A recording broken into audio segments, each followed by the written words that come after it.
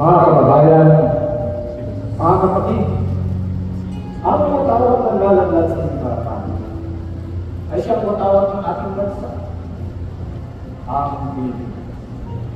Yung mga matawag ito sa isang bayan na nagkakaisa, sa bawat himay-bay ay mayroon po mag-ubis ng kapwa. Isang pangyografikong sakot ng malupahin na walang kabawasan.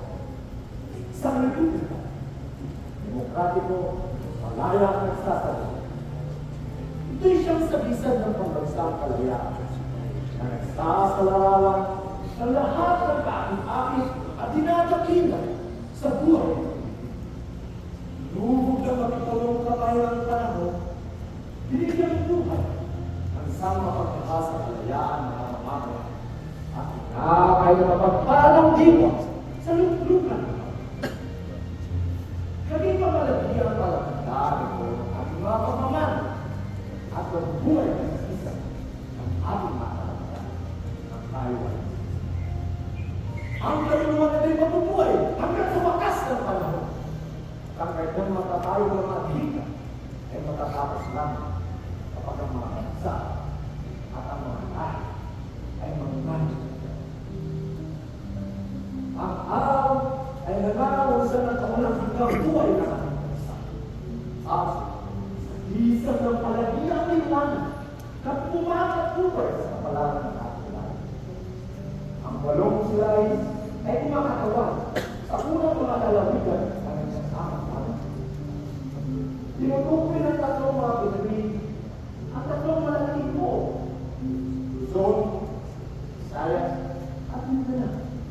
May pinagkaloob sa atin na kalikasan ayaw sa kalooban ng buong may kapal. Ang puting at sulog ay nagsasaad ng mapayapa at mag-ilang natin mga akal, gayon din sa katapatan at kawakasan ng ating mga luway. Ng tatlong mga sumulay ng masinari, ang mga kapatid, magsaklolo at katapatan. At ng mga pananapanuntunan ng pananalig, pag-asa at ang bugaw at kalawakan ay nagpapakilala ng ating pag-ibig sa ilang bayan. Gayon din sa ating makayo na panuntunan ng tangal. At ang malapad na habing pula ay nagsasaad at nagpapahayag ng ating mga bumbay na kakayanan na nagpaparatili sa ating isang bahagi ng kalawakan sa kalangitan.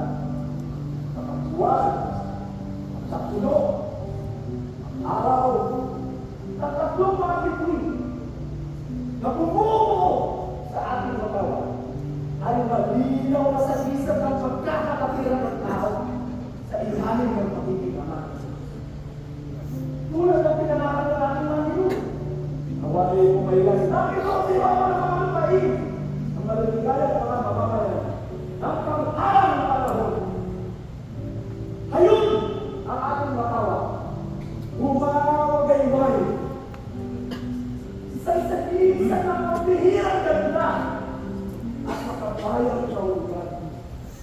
Ang palagiang ulirang pananaw ng ating mga mamamayan ng isang mapayapa, nagsasalita, at malayang pamumuhay.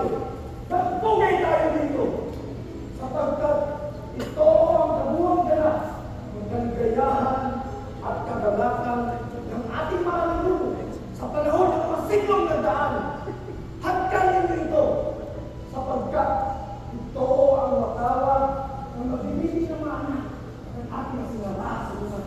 At waliyang anak, gawin niyo po sa inyong litrip sapagkat ito ang banal na latawan ang linuusya natin sa Pilipinas.